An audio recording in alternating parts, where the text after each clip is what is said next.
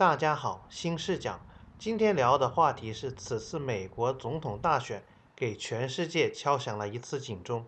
11月14日，美国华盛顿 DC 举行了大规模的民众游行，以支持特朗普总统。看到现场画面的时候，我个人是很激动的，但事后仔细去琢磨这个事情，其实心里就没有那么舒服了。美国原本是一个民主、法治、自由的国家，一次总统选举做到公平公正是理所应当的，但是此次大选所反映出来的问题，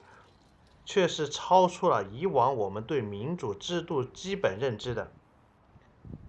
民主党多年来和中共的勾兑，使其已然退化变质成了一个社会主义政党，这使得此次大选的性质发生了根本的转变，不再是两个普通的美国政党之间的较量，而演变成了两种意识形态之间的对抗。这其中的幕后黑手就是中共。中共通过数十年来不公平的贸易，从美国赚取了巨大的贸易顺差。这些巨大的经济利益不但没有使其改变本性，反而使其有了对外疯狂输出意识形态的资本，这就导致了最终美国政局的乱象。目前的既成事实是，不论是谁赢得总统大选，对于中共来说，他们的阴谋已经得逞了。拜登当选，毫无疑问是中共最希望看到的。以拜登家族和中共的关系来看，一旦其上台，只会继续和中共勾兑，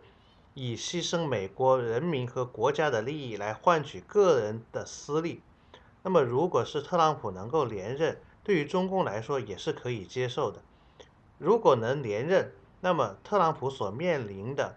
第二任期的困难和挑战是远超第一任期的。首要解决的问题就是调查此次大选当中民主党人的大规模的舞弊情况，甚至说是会送几个民主党大佬进监狱。如果深入调查此次舞弊事件，必然招致民主党人的反扑。以民主党人现在的尿性来看，他们是会做出一些让人意想不到的事情来的。比如说，利用安提法或者是黑命贵的这种极端组织，在美国内部制造混乱，以破坏美国社会的安定，甚至说是有可能搞一场暴力革命。因为现在的民主党人其实已经没有了基本的道德底线和起码的法治概念，当他们被逼急了的时候，是会做出这种极端方式来跳墙的。一旦这种乱局长时间的在美国社会形成，那么势必将对美国的国家安全造成实质性的打击和破坏。美国形势越乱，对于中共来说，他就越高兴。从年初肆虐全球的病毒导致数千万人感染、数百万人失去生命，到美国持续发酵的黑命贵运动，再到美国年底的大选的乱局，都证明出了两个事实：一是中共的邪恶，中共已然成为人类有史以来最邪恶的那个组织，是真正的人类公敌。但同时又不得不承认另一个残酷的事实是，中共现在很强大，已经强大到足以威胁整个人类文明世界的安全，这一点更加值得让人警惕。好，今天的话题就讲到这里，下次再见。